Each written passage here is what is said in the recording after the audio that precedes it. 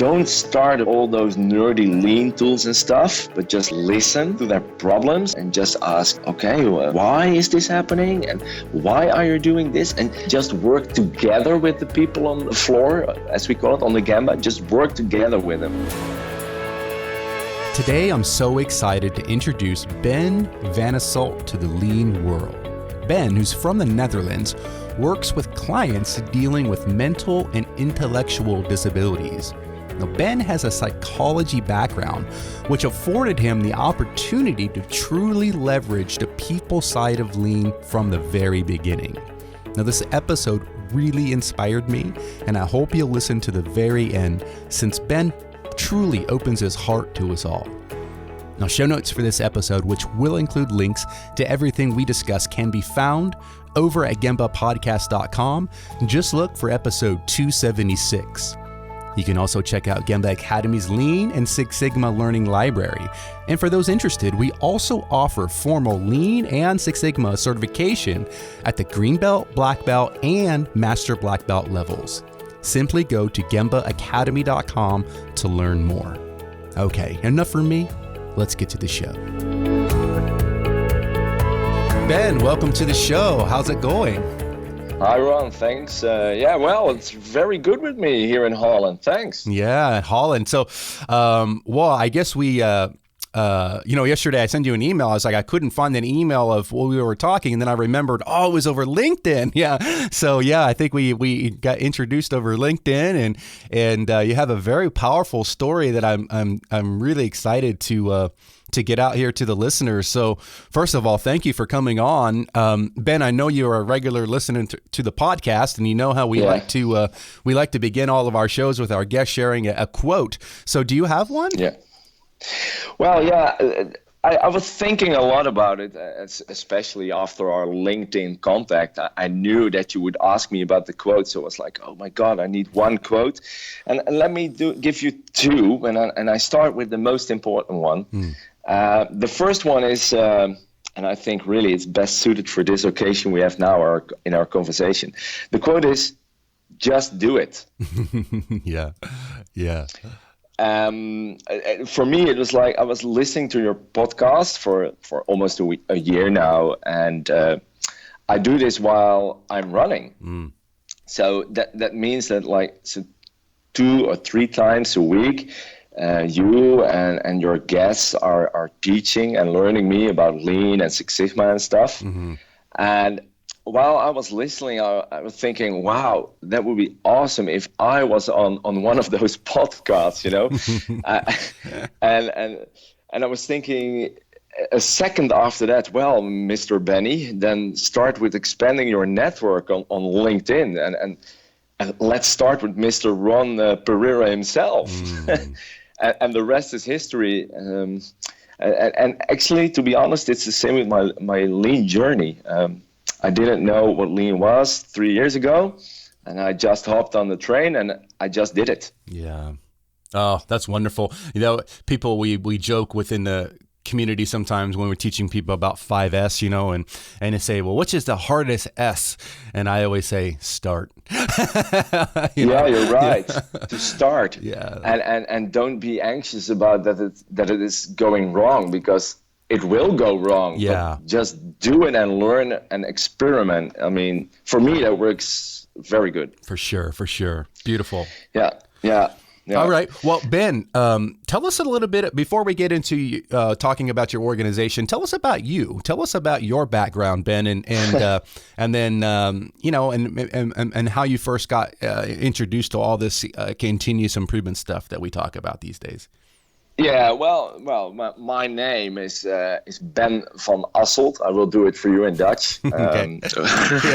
We were talking about it, and maybe is it pronounced slightly different by in English, right? yeah, it's slightly different. Yeah. Now, I work in the Netherlands, and now on this moment as a Black Belt Lean Six Sigma program manager or project manager in our healthcare organization. It's called Lunet Zorg. And my background is not in the engineering or IT business whatsoever. I mean, on your podcast, you hear all those nice guests talk about their engineering backgrounds. And, Yeah. and for me personally, I'm in the psychology and orthopedics department. I mean, it's about behavior and people. In a way, I hear you say that all the time. Lean is about the people. So yes. There we got it. But, 3 years ago, like I just said, I did not even know what lean was. And I started my journey with a simple lean green belt certification. I thought it was nice. That's it. There was no problem for me on that moment. What we had in our organization was a different story, of course. We had some major challenges, like a shortage on the labor market. There were financial situations because of our government made different choices. So, but the thing is, it's what we do is not about engineering. What we do is we take care of people who are like mentally disabled. They need treatment, they need therapy, they need support by our professionals. And well, in a way, people live at our place. Yeah. So we are not manufacturing something. Yeah.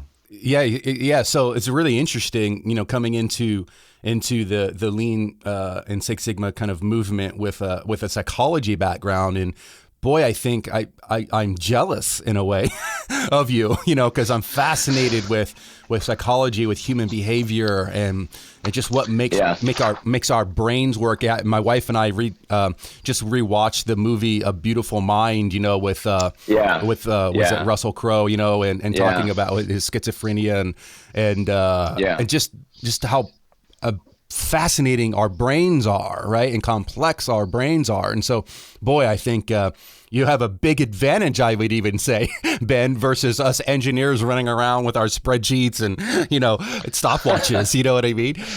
So before we go even deeper, Ben, on your story, I want to back up just one step.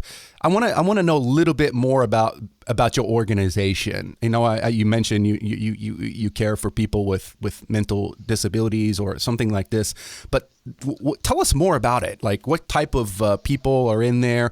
What's the mission of the organization? Just let's start there. Yeah, well, Lunet Zorg is, as we just said, is an organization for people with mental disabilities, and the people live at our institute during their whole life, most of them. We have people with like autistic problems. Well, we have people who are, really mentally not as you and me are. Yeah. The IQ levels are below 70.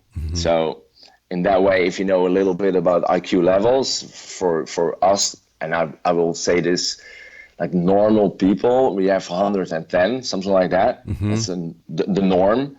And these people, they live here, they don't understand the world as you and I do. Yeah. So in a way, we help them with that. They have the same rights as you and me. Yeah. But they cannot reach it. They cannot reach the goals that you and I want to reach, because they have a mental disability, and we support them with that to reach their own goals. Sometimes you say there is a gap with them, and we try to help them to overcome that gap. But we know that these people will never be self-reliant. Is that correct in English? Yes. Sure. Self-reliant as you and me are. So if you look at our organization, we have psychologists. We have people who support them on our little houses. We have our own houses for them. We have our own medical center for them. And in a way, we are pretty big because we have like 3,000 clients. We call them clients.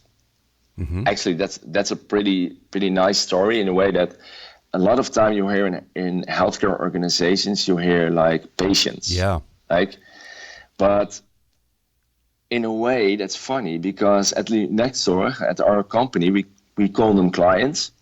And that's because the word patient comes from the French word patience, which means, to be patient. And in a way, that's one of the wastes we have in our lean mind. Like the 7 wastes is waiting. Yeah. You know. So actually, when we call them patients, we ask them to wait constantly. But we don't want them. We want them to be active in their own life, and we help them with that. Yeah. Wow, so, that's pretty cool. Yeah. I was thinking about it now. Yeah. Well, and also like your quote, "Just do it," right? You know, it all starts to play together. Yeah. But the way is that we have like 3,000 of those clients, but we also have round about 3,000 colleagues, employees. Wow. So the ratio of our employee client is like 1-on-1. So that's pretty big, no? Yeah. I don't know how it is in the US, but yeah.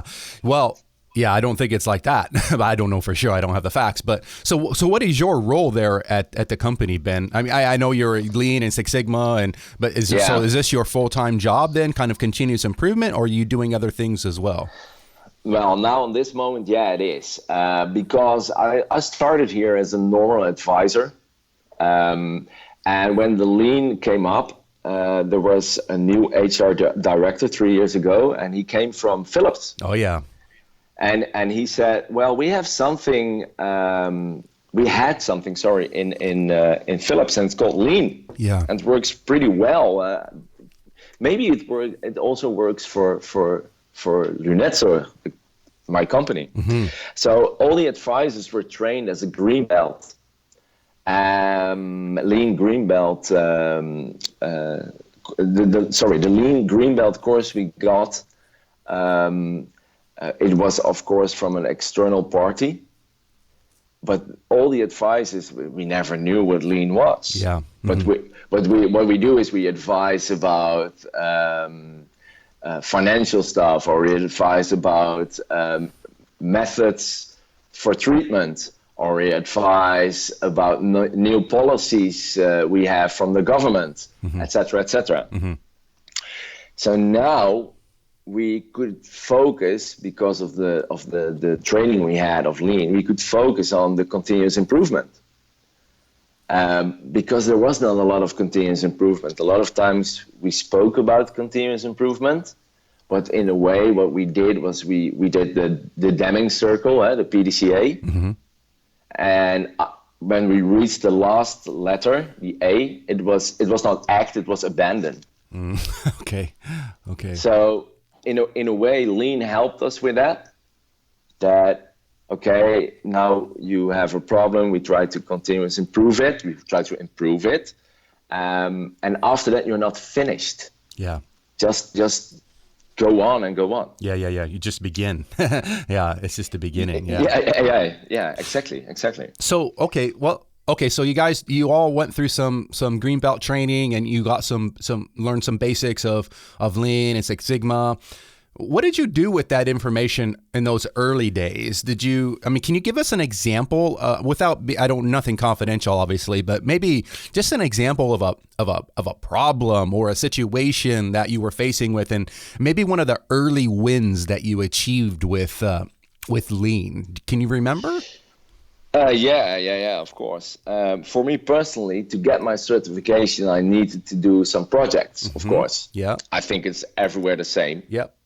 And we had, it was not acknowledged as a problem, but we said that the process of getting new clients, the intake processes of the new clients, they thought that those processes were too long. Okay. We just started with that to look how long is a process. How many of those new clients are with a high quality placed on the correct treatment, on the correct houses, etc., etc. And what we discovered were that there were too many steps in the process. There were too many checks. People were checking each other. We were sitting together with all the people who work in those intake processes. So with the Gamba, and we asked him, okay, what do you do? And then there was one guy, and he told me, yeah, I do this step and I do that step. And suddenly he was stopped by his colleague, and she said, excuse me, did you just tell that you did that step? And he said, yeah, why? What's the problem? Well, I do that step too. And then suddenly a third person reacted on the same way. So it was, for us, it was like, oh my God, the process we have for many, many years was with so much over processing in it. We didn't even know from each other. I mean, the short version was that we could eliminate a lot of that process, and now we have a new standard, and it's still improving. Yeah. But the new standard is making it possible that the new clients we have, are faster on the correct spot in our organization. So in a way, that's super. You mentioned early in that that description of that problem that you guys thought that it was taking too long. I'm curious, did you actually even have data in the beginning? Or was it just kind of feeling and you had to go out and actually collect some data to set a baseline?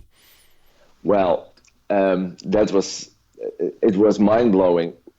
When we asked the question, do we have data? The answer was, what? And then we had to explain them, like, can you show us, please, how many days, how many hours, or how many people are working in this process? And they were like, to be honest, we don't really know. We think that, So, okay, you're not sure? No, you're not sure. Okay, we have to measure this. Well, hey, listen, you're not alone. I mean, even everyone, even here at Gamba Academy, we feel like, oh gosh, this is, but we don't really know, right? So we talk about what's your current condition, right? And oftentimes we just don't know, or we think we know, but we don't have any facts. It's mostly emotion. It's mostly feelings. It's mostly assumptions. So don't beat yourself up. It's very normal, I think, unfortunately, to really not know. You're right. And for us, data is sometimes a dirty word because we are in the care business. We are not a hospital. And why I say this is because in a hospital, the patients, it's all about throughput. I mean, it's how many patients we can cure. Yeah. Is that the correct word? Yeah, I think. Yeah. I think it's I would say, maybe a traditional healthcare professional, they would want to, from a respect for people perspective, they want to move people efficiently through the system, so there's no waste for those, for the client, for the patient, whoever it might be. Right. Yeah. So, yeah. And when I paid a visit to those hospitals here in the Netherlands, a lot of hospitals here, they are really lean-minded. The first thing they do, they bring you to their Obeya room. And you see all those charts, and you see all those figures, and you see all those indicators, those, and I was like, my mind blowing. It was amazing, and I thought, okay, we don't have this. This is a problem. And when I got back with this story, everybody was scratching his head, like, but data. How do we do this? How do we do this? Well, just do it. Yeah. Hey, so okay, let's continue the story a little bit. So you then obviously have gone on and received more training, right? Get your black belt, and so what prompted that? Like, what was it inside of you that said, I need more of this? I want to go deeper. And how did that work within the organization? Well, because we started 3 years ago, to be honest, as a big experiment. Our new HR director came with the story of lean. So okay, it was an experiment, and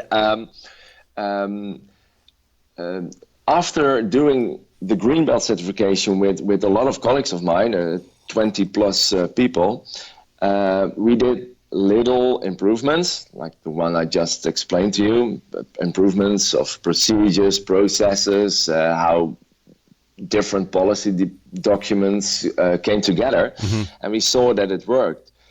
So for us, the experiment was a great success, and then the organization said, okay, maybe we want more, but we don't want it in our staff department. We don't want it in we do want it in our staff department, but I mean, we want to make a transition. We want to make it more for the Gemba where our clients live and where all those people that take care of our clients work. So we needed a higher efficiency of lean on the Gemba, on the work floor. So I was asked to do the black belt training, the black belt Lean Six Sigma training. And after the training, I would be responsible for the organizational deployment of lean. So that was their question. And again, I had to think about it, of course, because, well, our organization is pretty big. That's one. And for me, I think I'm still a newbie in it. So I was like, okay, am I sure? Shall I do it or not? It's a new step in my career. Yeah, well, you know what my answer was, of course, now. Yeah. Just do it. But I went into the training, I passed the exams, and I immediately got into the deployment. And the first steps I did was I visit other companies in the healthcare business, just to learn from them. I mean, I had my training, but I was not feeling super confident about it. I did projects, but deployment is, well, it's something different. And I still think it's much more bigger than a project.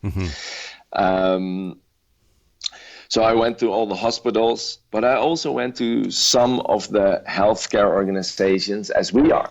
So where people live. And what I noticed was that it's a lot of times about the tools in those organizations, all the tools we know about, all the tools we learned about.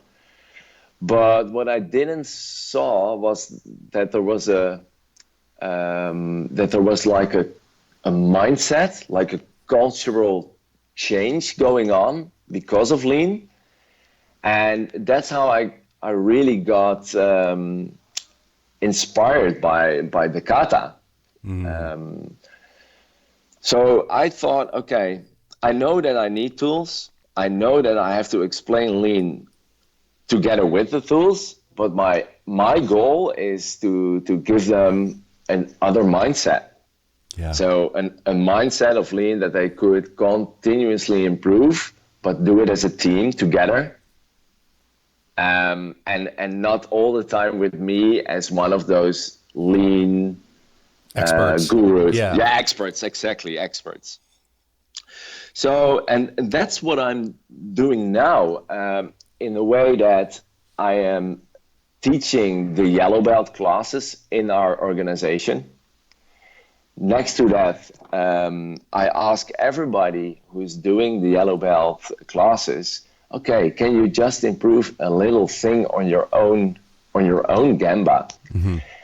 And people are super enthusiastic about it. Because it works. So give us some examples of because this is a very unique environment. You know, most of the people listening don't work in this type of an environment. Even healthcare professionals don't work with folks with intellectual disabilities. So talk about the sort of maybe an example or two of some more problems that, or maybe more people-centric versus process-centric, and how you're applying the methodology of Lean and Six Sigma. Well, there's a great story about the food we have for our clients. What we want is that they can choose their own food. Okay. That's normal, no? I mean, in normal life, Yep. you yourself choose your food like maybe 2 minutes before you start cooking or something like that. Mm-hmm. And for our clients, they want the same as you and me. But what we have is that the food is pre-made. So they can choose like 2 weeks in advance. Okay. What we noticed was that a lot of people don't eat all their food, so there was a lot of waste. So we started with the process, but what we discovered was that the people just wanted to choose on the moment that they are hungry. Yeah. So we changed that. And because that we changed that, people can choose an hour before dinner is served. Mm-hmm. So they can choose depending on the weather, for example. Yeah. So in that way, they are eating better because they're eating the whole portion. Yeah. And it's not as it used to be that we told them, now you are going to eat something with potatoes because you chose this 2 weeks ago. Yeah. And then the client was looking at you, but I don't want it now. Right. But for us, it was so normal. That was our way of thinking, our way of doing. But thanks to Lean, everybody looked at each other like, we're doing this completely wrong. Yeah. We don't do this at home, so why do we do this here? Mm-hmm. Mm-hmm. So that's one of the examples that Lean is really into the care of the people, not only the process, but really about the people that we care for. Now, do you ever have I know we talked earlier about IQ levels of your clients and so forth, but I'm curious, is there an opportunity to even teach Lean, some basic principles to the clients to empower them? Is there any opportunity for that? Well, in a way, what we do, we use a lot of visual management for our clients to show them what to do, what is next on their line, what is next on their program for today. Yeah. And Lean is about a lot of visual management. Make it visual, make pictures, make it clear. And that is something we really can use for the clients, but they also can use it themselves. Yeah. They can make pictures of their own room or problem that they want to improve, to clean or something like that. Mm-hmm. Mm-hmm.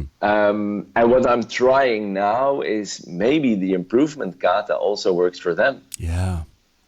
Yeah. I mean, they all have a goal. In that way, they are as normal as you and me. Yeah. They want work, they want a girlfriend or a boyfriend. Mm-hmm. Okay, that's a good goal. Mm-hmm. Let's work to that. And we use the kata, of course. Yeah. Yeah. So obviously this is such an incredible job that you have and this opportunity to serve people and serve humanity. I'm curious, Ben, how is this Lean and Six Sigma, continuous improvement in general, how has that impacted you personally? Well, actually, you have to ask my wife. No, for me, to be honest, I think I use the kata a lot. Mm-hmm. I mean, I set my goals now. In that way, I get focused on the things I have to do, not on the things I can do. Mm-hmm. I mean, like 4 years ago, before Lean, I thought I had to do it all. Mm-hmm. But now we have a proper goal. We know where we are heading. So in that way, the focus is clear, and in that way, we know what to do, what the next step is. Mm-hmm. A pretty funny story is that in my personal life, when I had have to do the groceries. We have a digital list, my wife and I, and it's perfectly on how the supermarket is organized. Yes. So when my wife, she clicks on, okay, we need like bread or something like that, it pops up, but it pops up in the order of how the supermarket is organized. Yes. And in the beginning, she was really laughing with that. She said, Ben, please, why? Why do we need this? But now on this moment, she's like, yeah, it works. You're Rex. Yeah. Yeah. So the last question I have for you, Ben, and this is, I'm pushing my boundaries here as a podcast host here, so apologize in advance if I'm getting out of line here, but I'm wondering if you could, and please don't use names or anything like that, but I'm wondering if you could tell us about one of your clients. Just tell us about their life and tell us about, I don't know, like what's the normal life like for that individual, and maybe I don't want to make you pick your favorite client or anything like that, but because I'm sure that you like them all, but I don't know, is there anything that you can tell us about one of these people? Well, maybe for listeners who are not familiar with those people, they're normal people, and they want the same as you and I, and I mean really they want the same. And a great story about one of the guys. I really worked a lot with them a lot of years ago, but doesn't mean he's still here. He said to me, he said, Ben, I really want a girlfriend. And how old is this gentleman when he said that? 16. He was 16 years old. Okay. So on that moment, if you look at that guy, he looks perfectly normal. So if you walk on the street and you meet him and you don't talk to each other, but you just look at each other, it's like, okay, that's a normal person. Yeah. But when he starts talking to you, then you notice like, okay. But he said to me like, okay, Ben, I really want a girlfriend, because when you are 16, it's normal to have a girlfriend. And I said to him, yeah, you're right. I know what you mean. So he said, what should I do next? Yeah. It looks like he had a lean course or something, but he said, what should I do next? And I said, well, if you want to have a girlfriend, you should look nice. So that means that you have to comb your hair. I mean, it's a simple little things. Your shoes, man. I know that you really like those shoes, but come on, there is no girl that likes those shoes, man. Yeah. So in a way, I start with this guy, a normal conversation you do with a normal 16-year-old. Yeah. But you help him a little bit. I mean, puberty comes up, but the mind is not really following, you know? And you have to help him with that and tell him that it is normal, that he wants a girlfriend, but he really should do some things. Yeah. So, yeah, I think that's nice as a nice story. Yeah, that's powerful. You know, what advice do you have, Ben, for other people who maybe hopefully we can get this podcast out to people who work in the healthcare organization similar to yours, right? And not just a traditional hospital or something like that. So maybe you're speaking to someone right now who also cares for people with the same type of clients that you're dealing with on a daily basis, but they've not done anything with lean. So speak to that person. What do you want to tell them right now? Well, in a way, I think that lean is pretty simple. The hardest part, and especially in our type of healthcare organization, is to keep it simple, lean. And what I mean with that is that if you go to like the work floor or the Gemba, as we call it, when you go there, don't start about all those nerdy lean tools and stuff, but just listen and listen to their problems and just ask, okay, and why is this happening? And why are you doing this? And just work together with the people on the floor, as we call it, on the Gemba. Just work together with them. Learn their clients, learn the parents of their clients, who they are. Be interested in the people. And if you are interested in the people, in your colleagues, in the clients, in their parents, then you will see a lot to improve. Yeah. And you can improve together with those three parties. Mm-hmm. Mm-hmm. Focus on the people, I think is what you're saying. Yeah. Focus on the people, exactly. Yeah. It's not about your spreadsheet. It's not about your computer telling you something. It's about the people. Yeah. Beautiful. Beautiful. Ben, what is the best way for people to connect with you? Well, I think the best way is through LinkedIn. Okay. Yeah. And so we're going to link to your profile in the show notes. So the show notes for this episode would be gembapodcast.com. This is going to be episode 276. And I'm going to go ahead and spell your name now, Ben, obviously, and then VAN space ASSELT, correct? That's correct. Okay. Yeah, so we want everybody to connect with Ben. Let's flood his LinkedIn and support Ben and all, all healthcare professionals. I'm so honored to talk to so many people in the healthcare world, because not that the work that we do in manufacturing or service businesses isn't important. It is. It's all important. But goodness gracious, I can't imagine a more honorable endeavor than the type of work that you do, Ben. So thank you for all that you do for those folks and the lives that you're impacting. And then thank you for helping move the Lean community and Six Sigma community forward, into maybe less traveled roads, right? And because this stuff that we talked about, it knows no boundary, right? The boundary is in our own minds, right? And the limits are created by us. So true. Completely true. Yeah, you're right. So thank you for that, and keep up the great work. Hopefully we can maybe meet up at a conference. I know you said you're getting out to Canada here for some holiday coming up, but maybe have you ever been to any conferences or anything like that? Well, we have conferences, of course, in Holland and the Netherlands or Belgium. It's really close to each other. Yeah.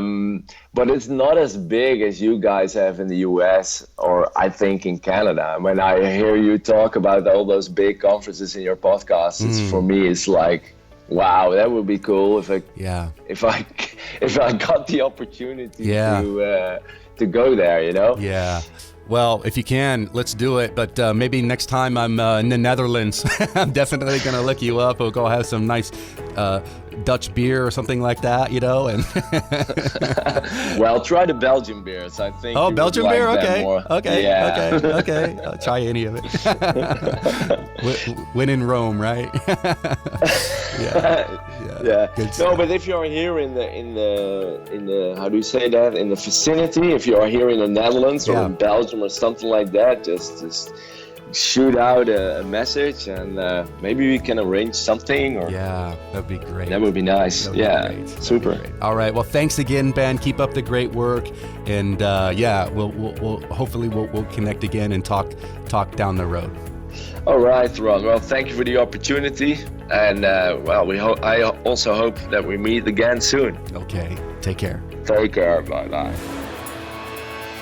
Thanks for listening to the Gemba Academy podcast. Now, we invite you to take a no-strings-attached, fully functional test drive of GembaAcademy.com. Gain immediate access to more than 1,000 Lean and Six Sigma learning resources, all free of charge, at GembaAcademy.com.